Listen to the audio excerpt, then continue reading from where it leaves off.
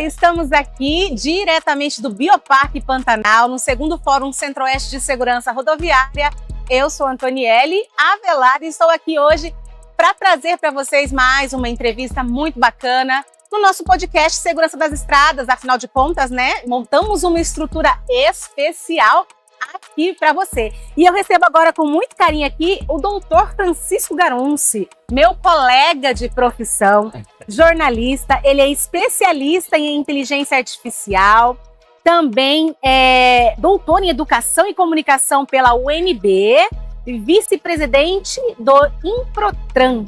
Prazer em recebê-lo. Que bom que você aceitou o nosso convite, está aqui com a gente. Todo mundo gostou muito da sua palestra, né? E tá em alta, né? Tá em alta, Antoniele. E olha, a gente sabe, a gente que trabalha com comunicação, a gente tem uma responsabilidade muito grande, né? De levar tudo isso que surge aos poucos nesse universo e às vezes as pessoas colocam assim, a gente chama de pano preto, né? Aquele negócio que todo mundo ouve falar, quem não entende fica com vergonha de perguntar, porque fala, poxa, todo mundo parece ser tão íntimo desse negócio, como é que eu não sei? E na realidade é uma tecnologia muito nova. E essa novidade faz com que muita gente às vezes se afaste, não queira usar, e a gente tem que usar, Antoniele, porque não é mais questão de se eu vou usar ou não. É assim, como que eu vou usar, né? Exatamente. A gente que está na área de comunicação tem os nossos amigos ali, já alguns aplicativos que já são meio que de casa, uns mais antigos que outros que vêm surgindo, cada um a seu modo, um que faz foto, outro que faz texto, o outro que constrói um vídeo para você, e a gente vai aprendendo, né? Agora, a gente trouxe hoje aqui, você falou, né, sobre a IA como forma de segurança nas estradas. Como que a gente aplica a inteligência artificial nesse tema, segurança nas estradas? Eu acho que uma das formas mais divulgadas que a gente tem hoje de usar a inteligência artificial na segurança rodoviária tem sido com a utilização das câmeras que têm inteligência artificial incorporada dentro do sistema de geração de imagens. Então, eu tive agora há pouco tempo lá no Triângulo Mineiro, que tem a Ecovias, que é uma concessionária, e eles implantaram, né, de forma experimental e deu tão certo que agora vai se espalhar por todas as rodovias concedidas deles especificamente. É uma inteligência artificial embarcada em uma câmera, ela tem a capacidade de identificar comportamentos de risco. Por exemplo, o não uso do cinto, o uso do aparelho celular enquanto está dirigindo. Ela identifica até crianças soltas no banco da frente.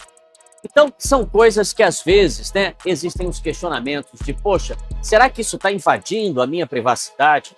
E aí existem regras muito rígidas de compliance dentro dessas empresas.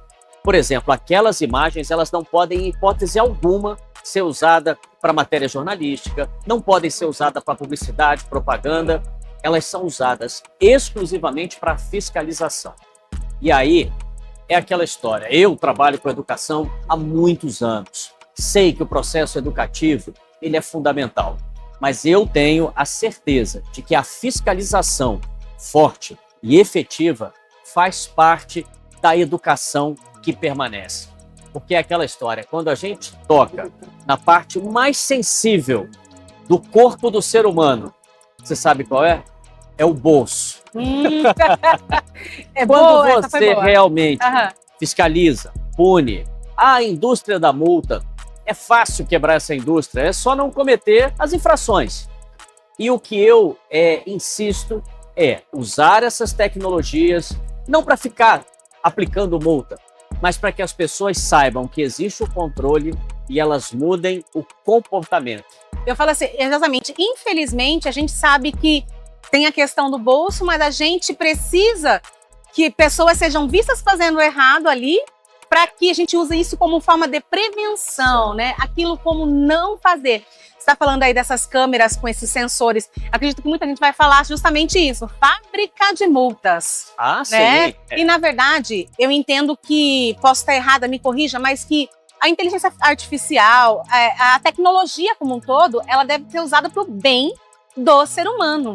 Visando quem nós somos, mudar não a máquina, mas mudar quem somos por dentro, né? E essa mudança, ela é difícil, às vezes, a pessoa entender.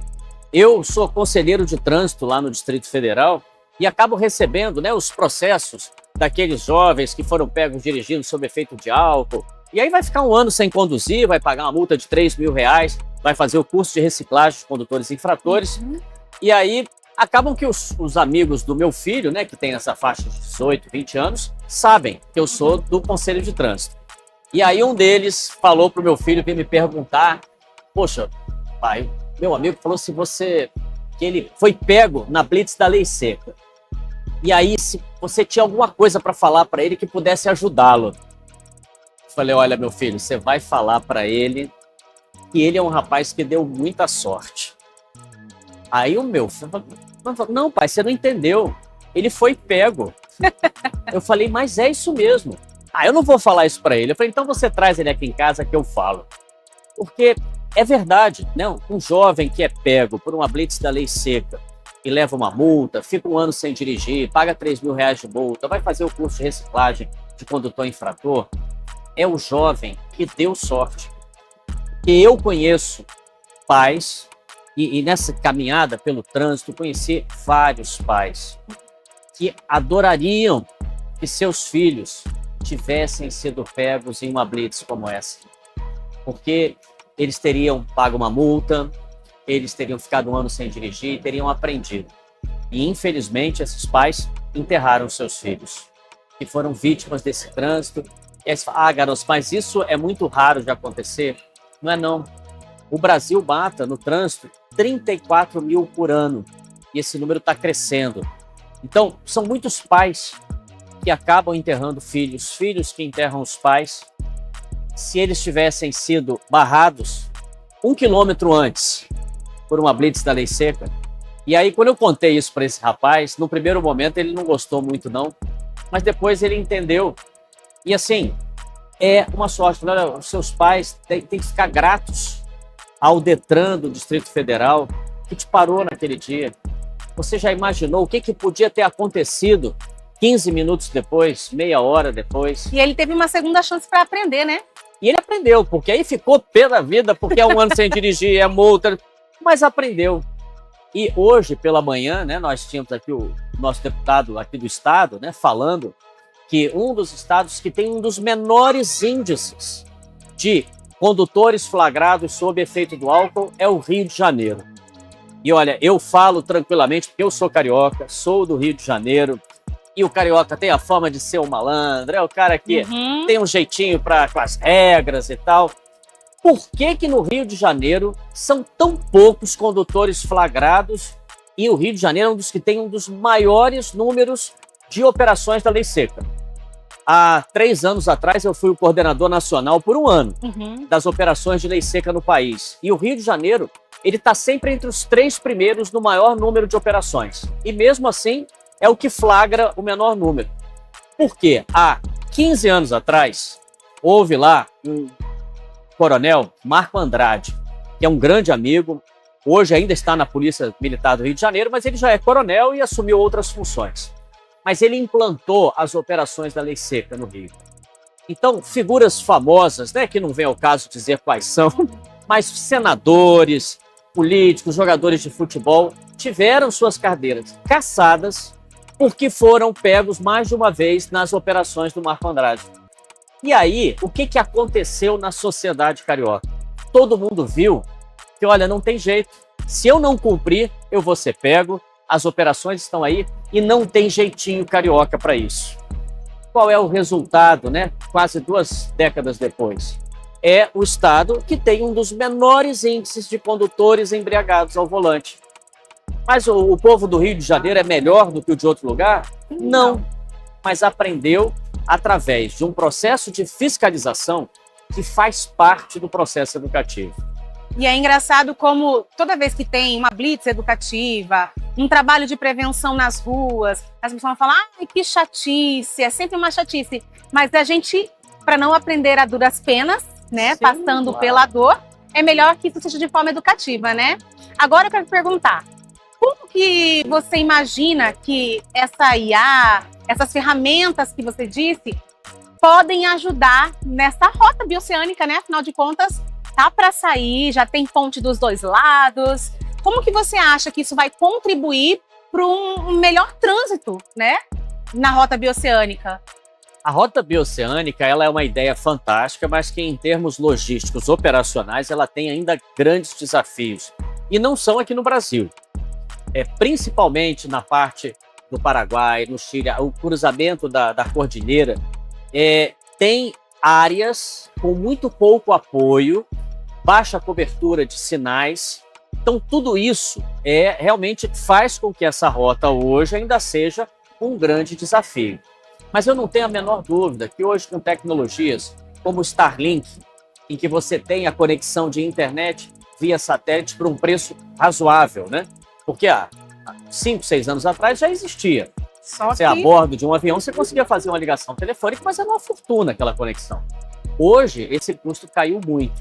Então, eu entendo que a integração desses pontos mais críticos, utilizando câmeras com inteligência artificial que sejam capazes de ler o contexto do fluxo da rodovia e, a partir de certos comportamentos, a partir de certas atitudes, ela poder acionar mecanismos de segurança, tudo isso conectado via satélite, aí você tem a IA trabalhando a favor da segurança. E assim, é um número grande de câmeras. Não adianta você querer colocar 100 telinhas com pessoas olhando para aquilo ali. Não dá. Não tem como. É aí que a IA entra e ela trabalha muito bem. Na nossa área eu estava há 10 minutos ali atrás, acabando de consertar o roteiro que eu vou gravar amanhã no Brasil Caminhoneiro, usando a IA. Mas você acha que eu vou perder a oportunidade de ter um assistente como a inteligência artificial para trazer as informações que, de repente, foram lançadas na internet há 2, 3 horas atrás? E aí eu pego o que há de mais recente a respeito do assunto, eu disparo os chamados robôs de IA, que nada mais é do que uma programação bem simples para você colocá-lo rastreando as agências de notícias. Sempre que sai alguma notícia relativa à pauta da semana, ele te joga de imediato. Olha que para você não correr o risco dos jornalistas, a gente fala de comer barriga. Né? De repente você está noticiando uma coisa que já passou. Então, e isso nós sempre fizemos, só que no modo artesanal. Né?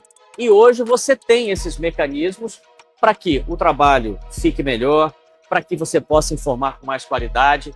E na área da segurança rodoviária é a mesma coisa. O policiamento, né? O policial rodoviário federal, aquele que vai lá na estrada, que acompanha, ele faz uma coisa que a IA não consegue fazer.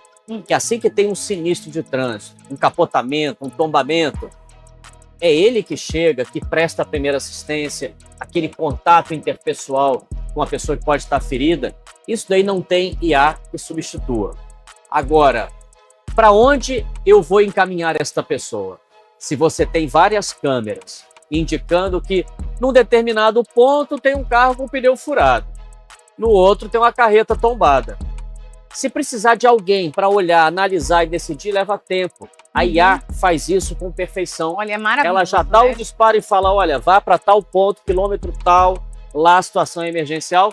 Agora, se não tem nada, vai ajudar o outro que furou o pneu, né? Não substitui a nossa mão de obra, né? Não, graças a Deus, né? Graças a Deus. Até porque é a gente que manda na IA, né? Se a gente não colocar o prompt certo lá... E na pior das hipóteses, você desliga o computador. Então, eu quero te pedir pra gente encerrar. A gente tem 1 minutinho, olhando para essa câmera aqui.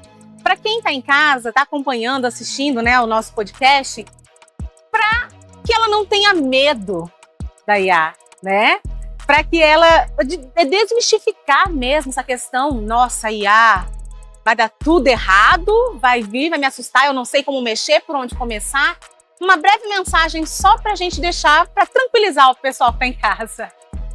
Olha, pessoal, se você está em casa e ainda não está trabalhando com IA, vai atrás, procure se informar, que a própria inteligência artificial ensina como trabalhar com ela. E uma coisa que me perguntam muito nessas palestras que a gente vai aí Brasil afora, fala, pô, Garonça, a IA vai roubar o meu trabalho, vai roubar o meu lugar?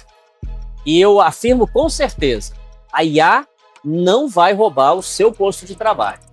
Quem vai roubar o seu posto de trabalho é um outro profissional que entende de IA mais do que você. Então, a inteligência artificial é uma ferramenta, e ferramenta é para ser usada. Use, porque com certeza você vai ganhar com isso. Agradeço demais a sua presença, sua participação aqui enriqueceu, um tema muito atual, né? Que causa, como eu já falei, bastante estranhamento ainda, mas com certeza tem muito a contribuir, não somente, né, no dia a dia, mas na segurança nas estradas. Obrigada, viu, Com certeza, eu que agradeço. Prazer. Parabéns.